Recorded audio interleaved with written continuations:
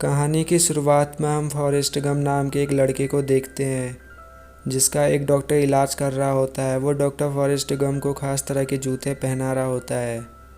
Doctor उसकी mom को बताता है कि इसके पैर तो मजबूत हैं पर इसकी रीढ़ की हड्डी टेढ़ी है, पर आप घबराइए नहीं, मैं इसे ठीक कर दूंगा। इसके बाद उसकी मॉम फॉरेस्ट गम को घर ले आती है। अब अगले दिन वो फॉरेस्ट गम का एडमिशन कराने के लिए एक अच्छे स्कूल में जाती है, मगर वहाँ का प्रिंसिपल उनसे कहता है कि इस बच्चे का एडमिशन इस स्कूल में नहीं हो सकता क्योंकि इसका आईक्यू लेवल कम है। लेकिन फॉरेस्ट गम की मॉम प्रिंसिपल को मना लेती है और फॉरेस्ट का एडमिशन एक अच्छे स्कूल में हो जाता है। अब जब फॉरेस्ट गम पहले दिन स्कूल बस में जाता है तो उसको कोई भी बैठने नहीं देता, पर जेनी नाम की लड़की उसे अपने साथ बैठने देती है और वो दोनों अच्छे दोस्त बन जाते हैं। जेनी और फॉरेस्ट गम साथ में खेलते हैं, घूमते हैं और हमेशा एक दूसरे के साथ ही रहते हैं।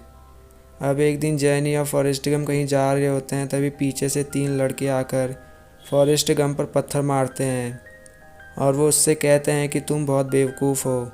जेनी फॉरेस्ट गम को यहाँ से भाग जाने को कहती है और फॉरेस्ट गम अजीब तरह से भागने लगता है। वो तीनों लड़के साइकिल से फॉरेस्ट गम का पीछा करने लगते हैं। जेनी पीछे से फॉरेस्ट गम को तेज़ भागने को कहती है, जिसके बाद फॉरेस्ट गम धीरे धीरे करके अपनी रफ्तार बढ़ाता है और जो उसके पैर में लोहे के रॉड से बनने वाले जूते थे वो टूटने लगते हैं। फॉरेस्ट गम बहुत तेज़ी से भागने लगता है और वो लड़के फॉरेस्ट गम को पकड़ नहीं पाते और फॉरेस्ट गम के अंदर भागने की पावर का आज उसे पहली बार पता चलता है। अब हमें कुछ सालों बाद का समय दिखाया जाता है जहां जेनी और फॉरेस्ट गम बड़े हो चुके हैं और वही 3 लड़के फिर से फॉरेस्ट गम पर पत्थर मारते हैं, जिसके बाद फॉरेस्ट गम तेज़ी से भागने लगता है। लेकिन इस बार वो 3 लड़के जीप में फॉरेस्ट गम का पीछा करते हैं। फॉरेस्ट गम भागते भागते एक ग्राउंड में चला जाता है जहाँ फुटबॉल का मैच चल रहा था। एक खिलाड़ी गोल करने के लिए बॉल को लेकर भाग रहा होता है, पर फॉरेस्ट गम इतनी तेज़ से भागता है कि वो उस खिलाड़ी को भी पीछे छोड़ देता है और वहाँ से चला जाता है। वहाँ का कोच पूछता है कि ये कौन है, जिस पर एक टीचर बताता है कि ये फॉरेस्ट गम है। अब कोच उसकी स्पीड देखकर उसे अपनी टीम में रख लेते हैं और जब कॉलेज के मैच होते हैं तो फॉरेस्ट गम तेज़ी से दौड़कर अपनी टीम को जिता देता था। फॉरेस्ट गम 5 सालों तक फ़ुटबॉल खेलता रहा और 5 साल तक फ़ुटबॉल खेलने के बाद उसे कॉलेज की डिग्री मिल जाती है। उसी दिन कॉलेज में एक आर्मी ऑफिसर भी आता है जो फॉरेस्ट गम को आर्मी भर्ती के लिए प्रेरित करता है, जिसके बाद वो आर्मी भर्ती हो जाता है और उसे लेने के लिए एक बस आती है जिसमें बहुत सारे आर्मी ऑफिसर होते हैं। वो सभी ट्रेनिंग करने के लिए जाते हैं, मगर फॉरेस्ट गम को कोई भी अपने साथ नहीं बैठा रहा था।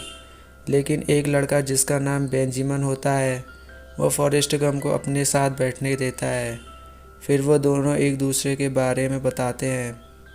अब वो दोनों जल्दी ही वियतनाम पहुंच जाते हैं। उन्हें वियतनाम में रहते हुए कई महीने बीत जाते हैं। अब एक दिन जब वो सभी आर्मी ऑफिसर जंगल में जा रहे होते हैं तभी उनके ऊपर अटैक हो जाता है। सब भागना शुरू कर देते हैं क्योंकि दुश्मन बहुत ज़्यादा होते हैं और उनके बचने के मौके कम होते हैं। इसके बाद फॉरेस्ट गम भागता है और वो इतनी तेज़ी से भागता है कि आगे जाकर जब वो पीछे देखता है तो उसे दूर दूर तक कोई नहीं दिखता। तभी उसे बेंजामिन का ध्यान आता है और वो वापस वहीं जाकर बेंजामिन को लेने जाता है, मगर वो उसे वहाँ नहीं मिलता बल्कि एक जख्मी साथी मिलता है। फॉरेस्ट गम उसे उठाकर नदी के किनारे ले आता है। इसके बाद वो दोबारा बेंजामिन को ढूंढने जाता है और कई चक्कर लगाने के बाद वो सभी जख्मी फौजियों को वहाँ से ले आता है।